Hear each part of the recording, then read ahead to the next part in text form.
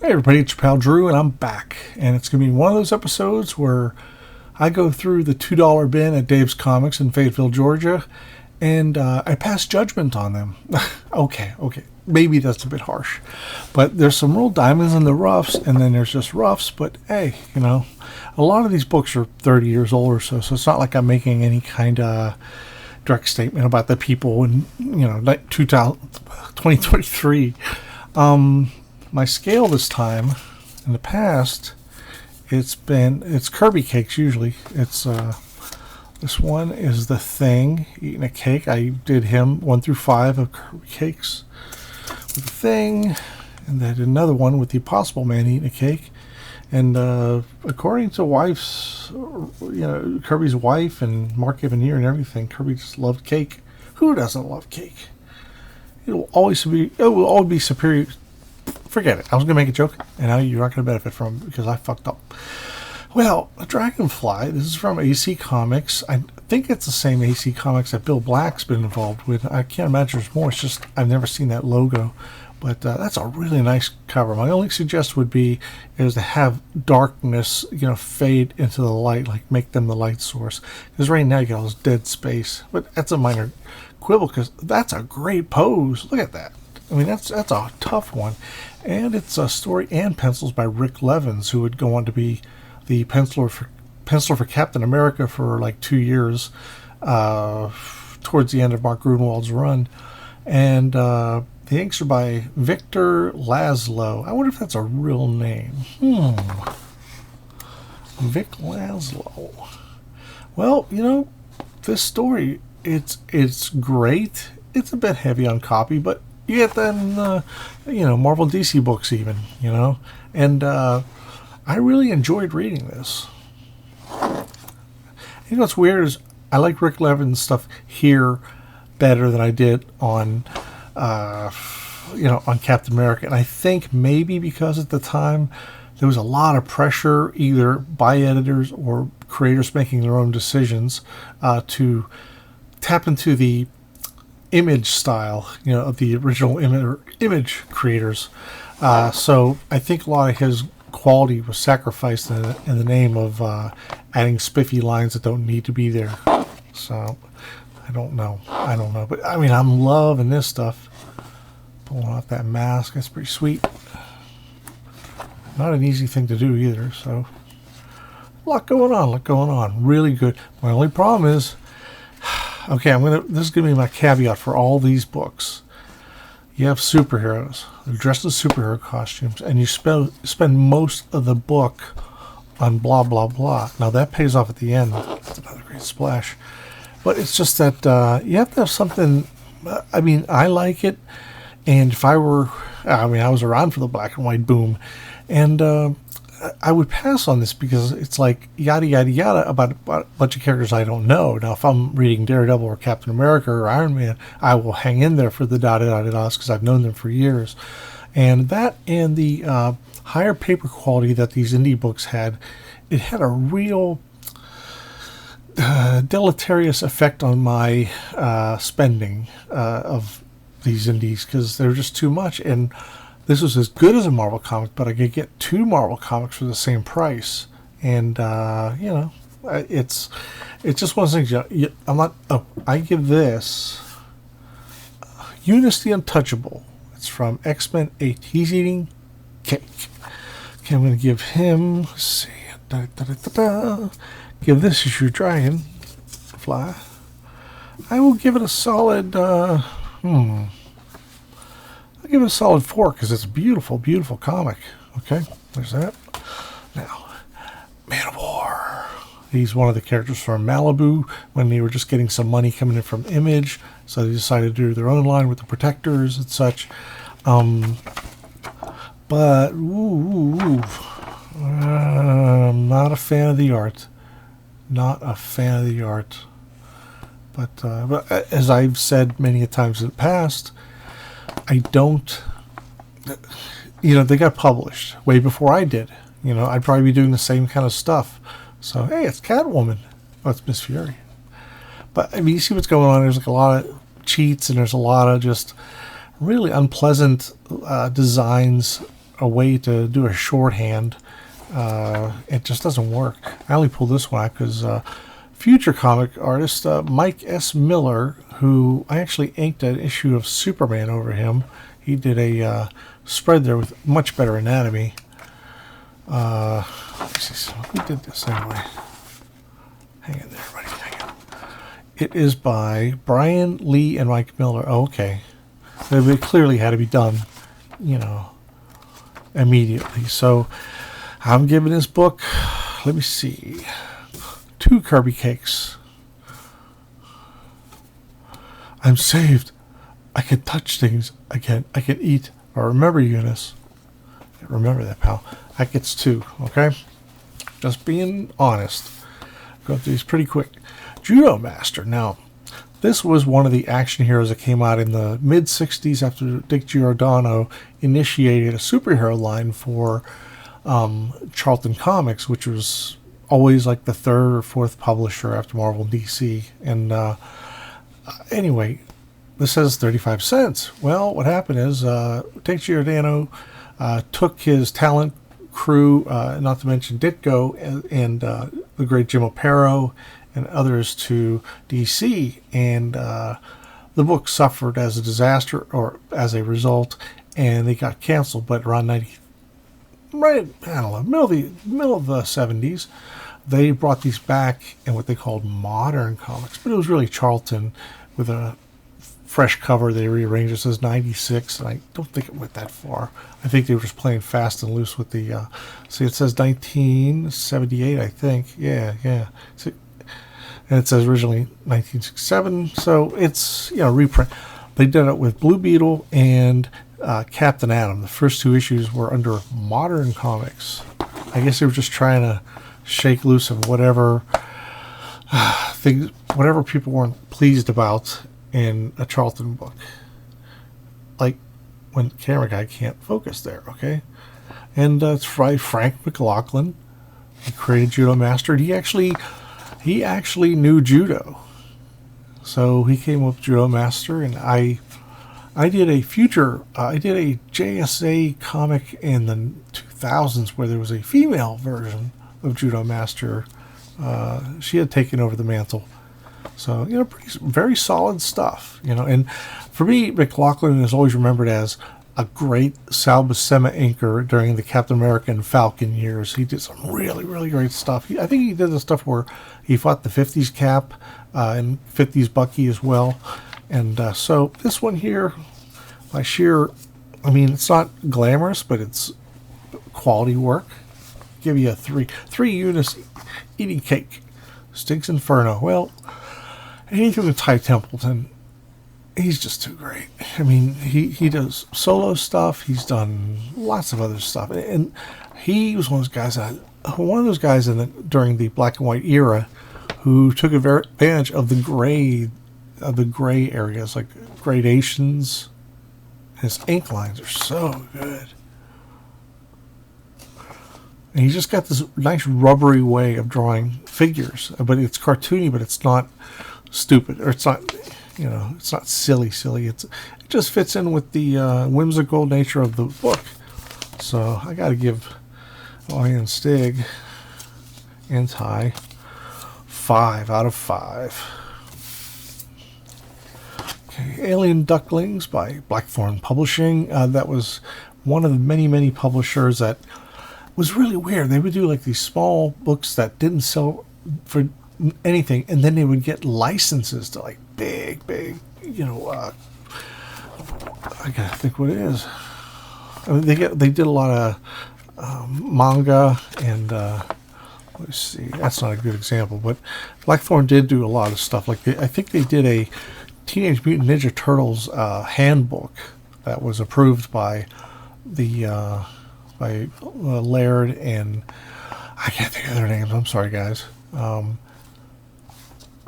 Alien Ducklings. Nice, it's cute, and it's got a fun story, but what I don't like is composition wise, it's like the blacks are kind of, it just doesn't really work for me. Like, there's a ton of dead air. They could have done, you could have faked a bunch of, inside like texture, behind them. So that's my big beef there. And this, the story's serviceable. It's not really exciting, but it's clever. And you get this, I don't even know what he is, some magnet head or something.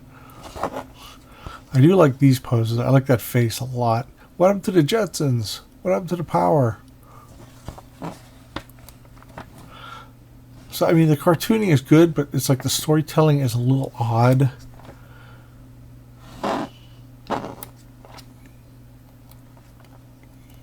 It's alright.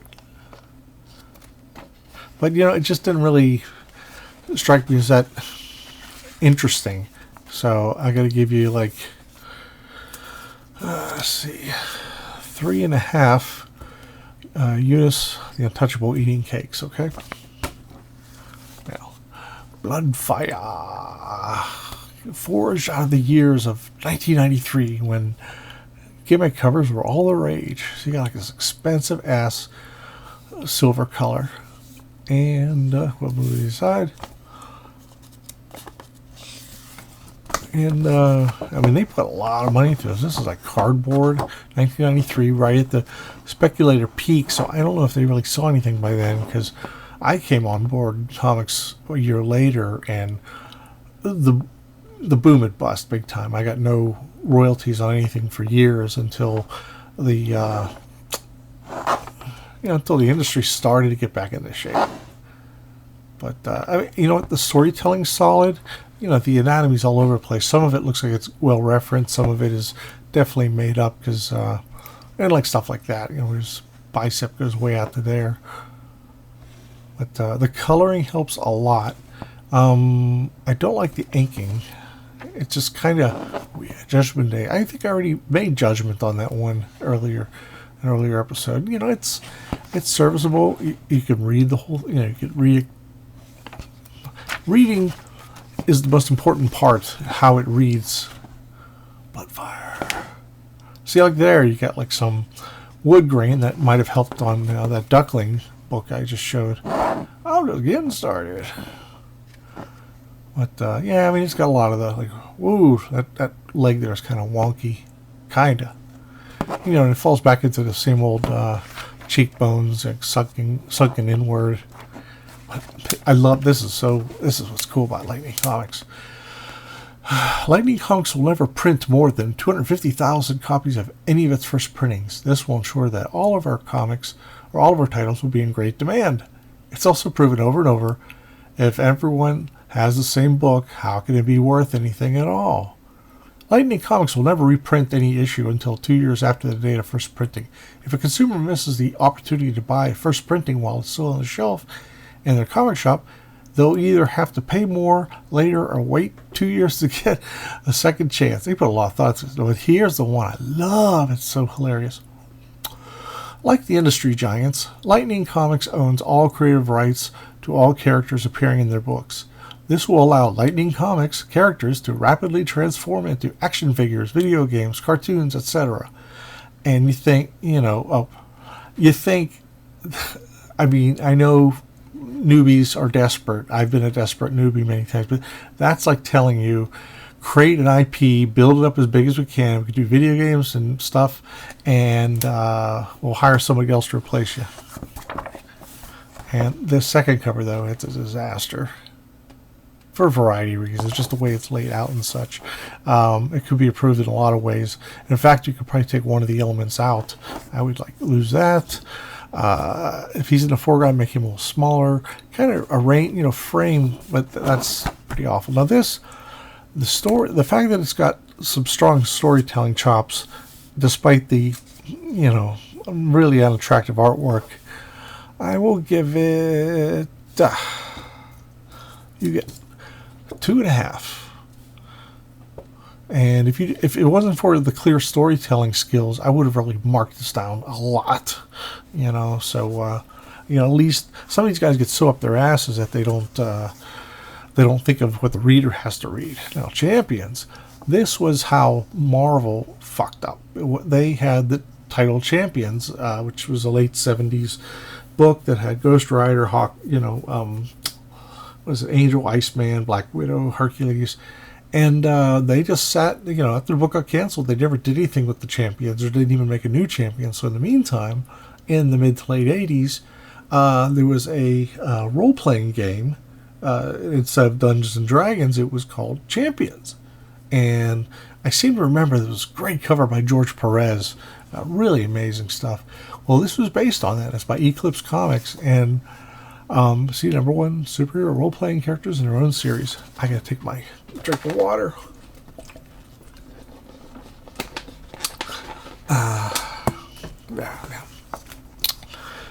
So there's a book called Champions. It's like Marvel let the name expire for too long, or just didn't think anything of it. So we got the Champions comics. There's Catherine Irewood. Always liked her signature. Really, really good stuff. Really strong stuff. And half of it is, actually most of it is arts and incidentals by Carol Leigh. Now, Carol Leigh, she is more an underground artist, but she does commercial art too, and she did a 6-issue series called Good Girls, which is really good. It's not what it sounds like. It's not like a TNA thing. What's funny though is she's drawing Flair, who was like the main big deal of this little era, this line of books that Eclipse was publishing, because she was really TNA. You had Mark Beecham, or whatever his name, drawing the most detail on the crotch more than anything. And but no, she was just a real solid artist. I mean, she still is. And like I said, she's dabbled in comics, and she's one of those people. It's like, I don't have to do this for a living. I have a lot of options. So she's done a lot of commercial art. And I really enjoy the story, but I like the coloring too. It's different. It's a little wonky, but people were just trying to figure out how they were going to do it. But yeah, I totally like it. I think a lot of it has to do with Carol Leigh. So, but the story's okay. So it gets a solid 3. Yeah, we think. Before I judge, I'd say 3.5. Okay, there. Are you playing along at home? Good. Bolt and Star Force 6. Bill Black, AC Comics publisher, and Rod Wiggum. Not to be confused with Chief Wiggum.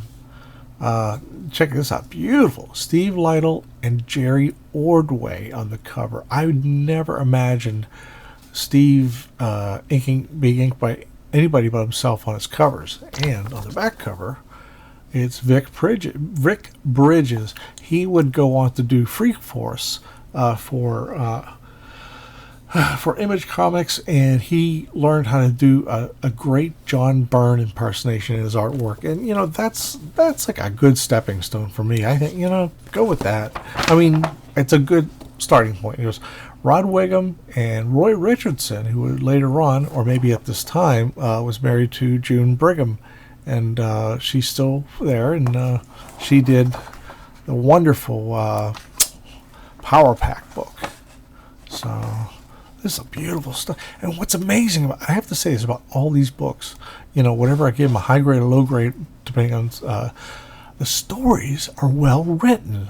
They're not like that goofy cliche trash that you saw with the first couple years of Image. I mean, they really wanted you to be invested in these characters, and they didn't cheap out. And that's not Star Force 6. Willie Blyberg, he's been around a lot. Oh, Jim Sanders, the second or the third.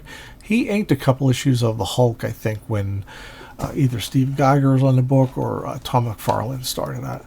So this is really, really strong stuff. I totally dig it, and I'm going to give it. I'll give it 4. Okay. This one, I like funny animal books. I like, the odd stuff, a little of everything. And I just found nothing. Once I learned how to focus this thing, there we go. It's called Domino Chance. Okay, what the hell's going on with me? There. Okay. This came out in something mid 80s, but you know, it's just sort of there. I mean, it's a story, but you'll see.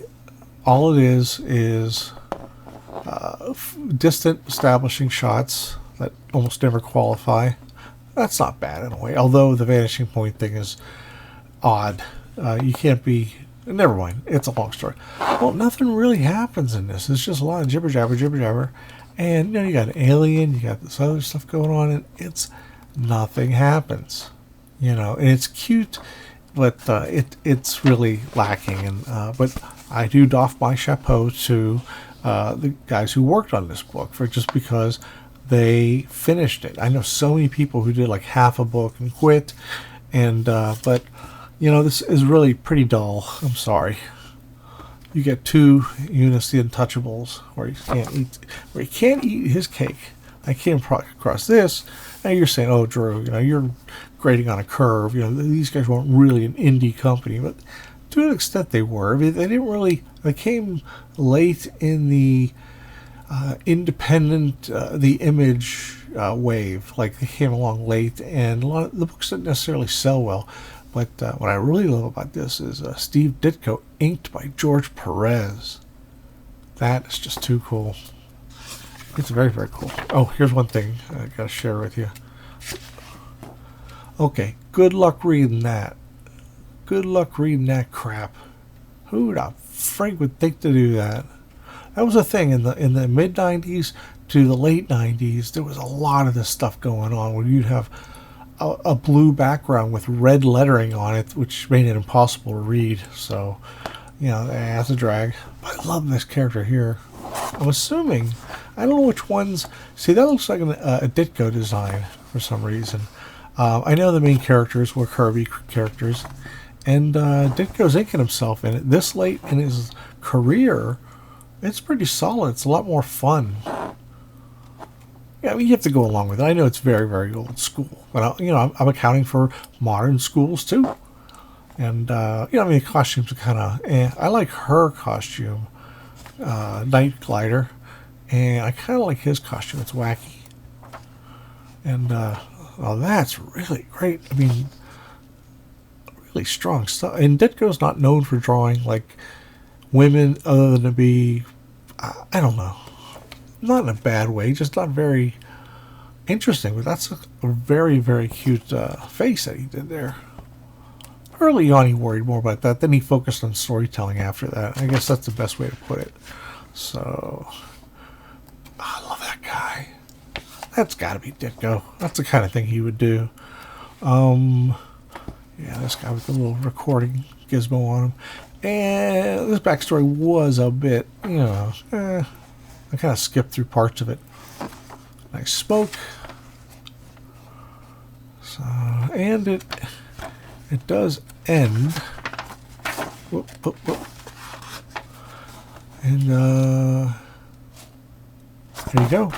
So based on that, I'm going to give it only because the story was made more complex than it needed to be. I'm going to give it 3 cakes. 3 Unis the Untouchable cakes. I mean, it's got a lot of talent behind it. And, nah. No. Bloodfire is back again.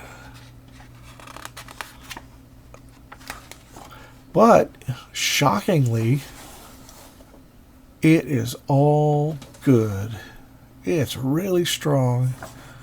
Firing in all cylinders. I don't know if that has to do with the Witch Fire or, yeah, Helena creative team or not. I haven't really read the issue, but, you know, you could. What's great is it's clear to see, and the coloring is not over the top. There was a, when Marvel and DC did that amalgam book, and they did, like, the X-Force cross, mash up with something else, the coloring was dreadful. It was Doom Force, I think it was, because you couldn't tell where, you know, a boob separated from a gun, separated from, someone's hair. It was just really, all glaring. But this, there's some restraint used here. And actually, I scanned some of the dialogue, and it's fun. It's actually, it's a, hey, it's bad rock. Not quite, but. And it's actually a much higher step in quality, and has a happy ending and everything.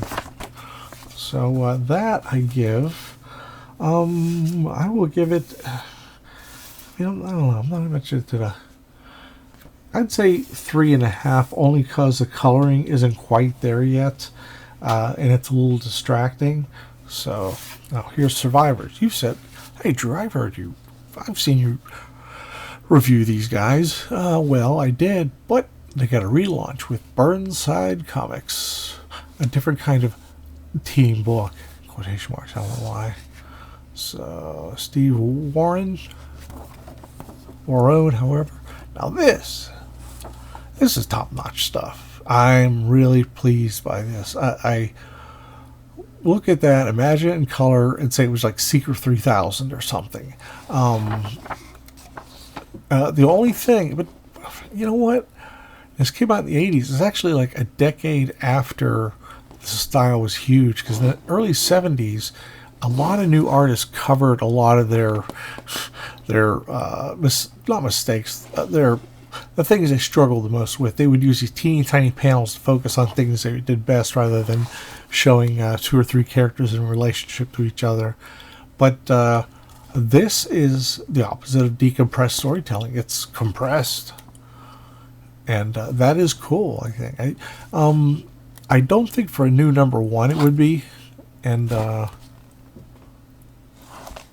me see. But man, I'm impressed as hell. Beautiful, beautiful work. So for this one, I will give it. I'll give it like 4 of those. Eunice the Untouchables eating cake. Really, really good stuff. Okay, the League of Champions, which is a different publisher. Yeah, it's Heroic Publisher. And what's funny is Heroic Publishing, their biggest thing, they really promoted the shit out of Flair. And I don't mean the pen, I mean the woman with the fiery powers. Okay, well, here we go. It's 2 stories. It's kind of a so-so cover. And the first one is pretty poor. I hate to say it, but that is, it's just like, okay, we'll just draw masks and faces and mouths and maybe an arm once in a while. And, But now we get, what's his name? E.R. Cruz on board. I think he did that second Moon Knight series called Fist of Khonshu. After this, so this is like perfect. I mean, drawing kids in proportion, that's so hard to do. And this is lovely. But, oh, there we go, Flair Avengers, Flair First Edition. Flair and the Flair Flares. It was just a lot of, I saw several of those issues out, and I was like, wow, maybe Flair's pretty popular, or maybe they just put all their eggs in one basket, which seems to be the case. Now, being that this book is split in half with creators with vast difference in talent, you have to think of not just sales. I'm not trying to be too cold calculated, but it's just, it's like the art in the first half really brings the book down. It really does. So only 2 cakes for you, Pally. Okay. Ninja Warriors. Not to be confused with the American Ninja Warriors. What's cool about this book is they went a different way, I think, about getting money for publishing. They were really smart. They would offer to sell magazines that were based on, martial arts of many kinds, and they brought Jackie Chan on the scene. I mean, everybody thinks like Escape from the Bronx or whatever it is, Rumble in the Bronx was like his first movie, came out in 95 or 96. And it's like, no. He had all these wonderful movies that came out before that finally got we could finally get to see them here, other than bootlegs. So they were really ahead of the curve on Jackie Chan, and it just what we weren't exposed to it for a long time, for whatever reason. Now, his first story, ouch, it's just a mess. And then you have a document dump, and it's supposed to feel moody, but it's like the light is still pretty much ambient. It's I mean, if I really want to put the energy into reading it, maybe I think it'd be kind of nice. Please write us. I'm sorry, that's just really not right. Good. Couple of good pieces. I don't know how that pose works, but that's not mine to say. Now, the second one by Dornfish. Wait. Dornfish and Marvy Fish. It reminds me of what's that Canadian show, Bob and Margaret, where their last name is Fish. It's like Bobfish. Now, this is more agreeable. I mean, still there's very little backgrounds, but at least it's an improvement, okay? And Stone Monkey, he's just some agile guy who likes his ganja. As silly as it sounds, it's true. And he can kick a lot of ass.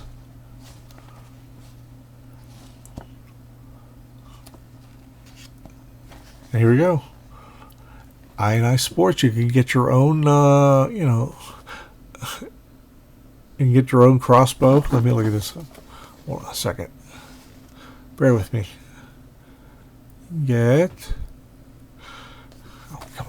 Oh, come on.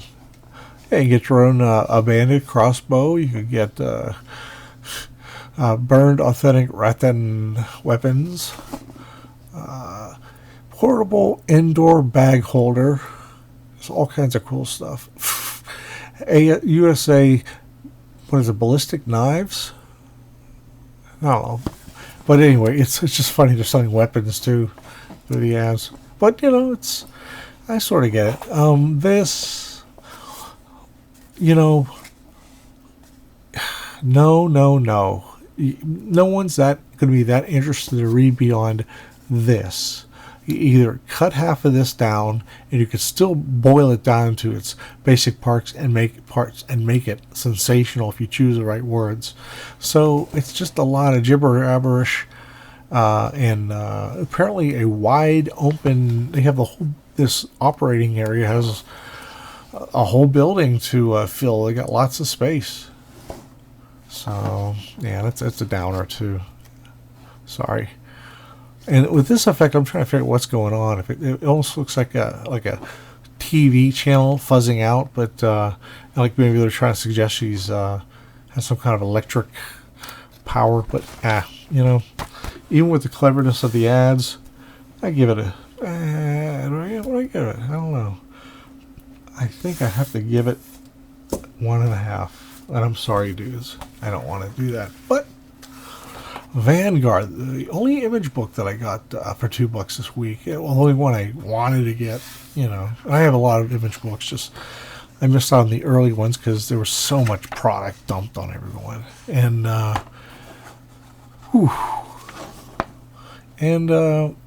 penciler Tom Coker, he started. I mean, this is him just starting out. He turned out to be really good in a very short amount of time. I mean, in fact, I'm shocked to see his name there. But what I think is cool is Gary Carlson. He did his own book, which was Vanguard, and he had Savage Dragon guest star in the third issue, I think, where Eric Larson drew it, and he let Eric keep the copyright to Savage Dragon. And when it came to publishing comics, Eric did not forget the huge favor that Gary Carlson gave to him. So, he gave him a Vanguard book. This, by Dave Johnson, the first miniseries, he penciled it himself. And then a year or two later, he did the second one, which I assisted on for a couple of issues.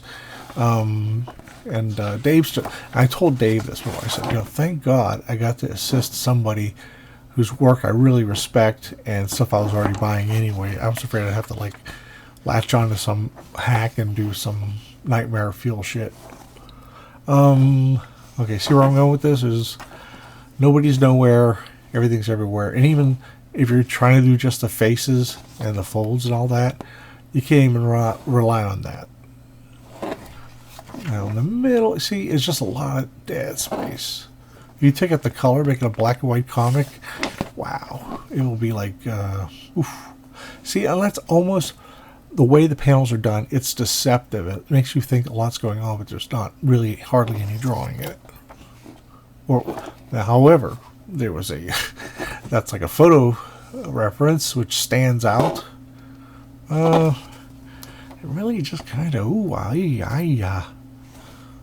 that would be neat if the original art was, or if the smaller image was better. That almost looks like a swipe of a pose, but I'm not going to accuse him of that. I'm saying it almost is.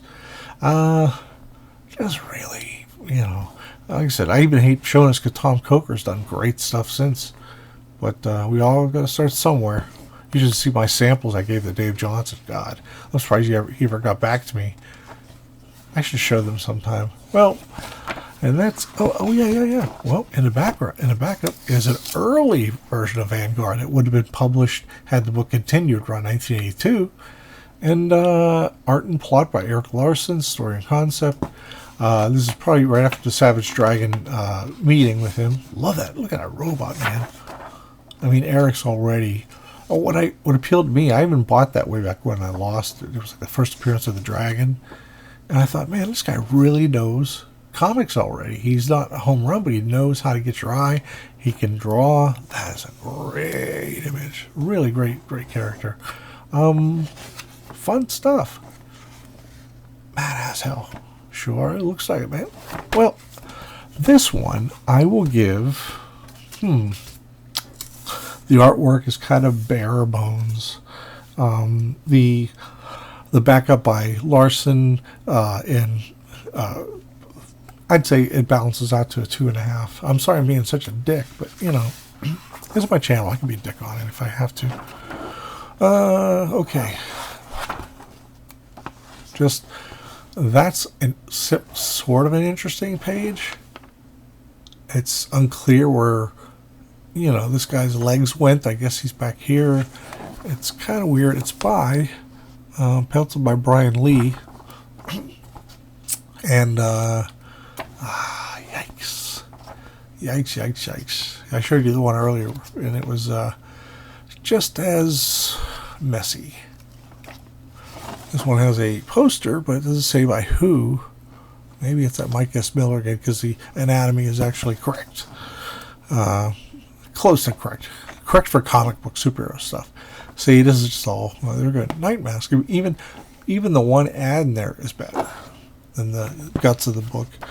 So, dinosaurs were high up. You know, it's just there. I'd say 1.5. Okay. Now that I've passed judge on everybody, hope you like what I said. If you got any disagreements or suggestions, then feel free to add to the comments below. If you think I was a total dick about some of these comics, I have no problem with you saying that on my comments board. I do not delete comments, even if they're defamatory to me, or even if you strongly suggest my mental faculties and, you know, or just think I'm full of shit. You could tell me that, you know, and these are just my kind of spot judgments as I look through these books. Some of these I haven't read, but some I know I can read really smooth, and some of them I'm going to have to plow through uninspired art that's not quite there yet. Well, anyway, it's the first time I've done this for a while, but I had a whole big old bag of $2 books at Dave's, and thought I'd have some more fun. Well, it's going on 40 minutes, longer than I expected, but I don't do these kind of episodes very much. Thank you for watching this the whole way through. That's great. And please leave a comment and tell me when you saw any of these books, what you thought of them when you first saw them in the 80s or the 90s. You know, you could share your stories, you know, or you could say, hey, I know this artist, and he went on to this. And also, thanks for watching. Thanks for spending your time with me. Spending a whole half hour with 40 minutes, geez, with a goofball who just is judgmental about other comics. And I've done some shitty ones myself, so I can't really defend myself. Well, thank you for spending time with me. I know you get a lot of options on the internet, and you chose me. Thank you very much. Bye.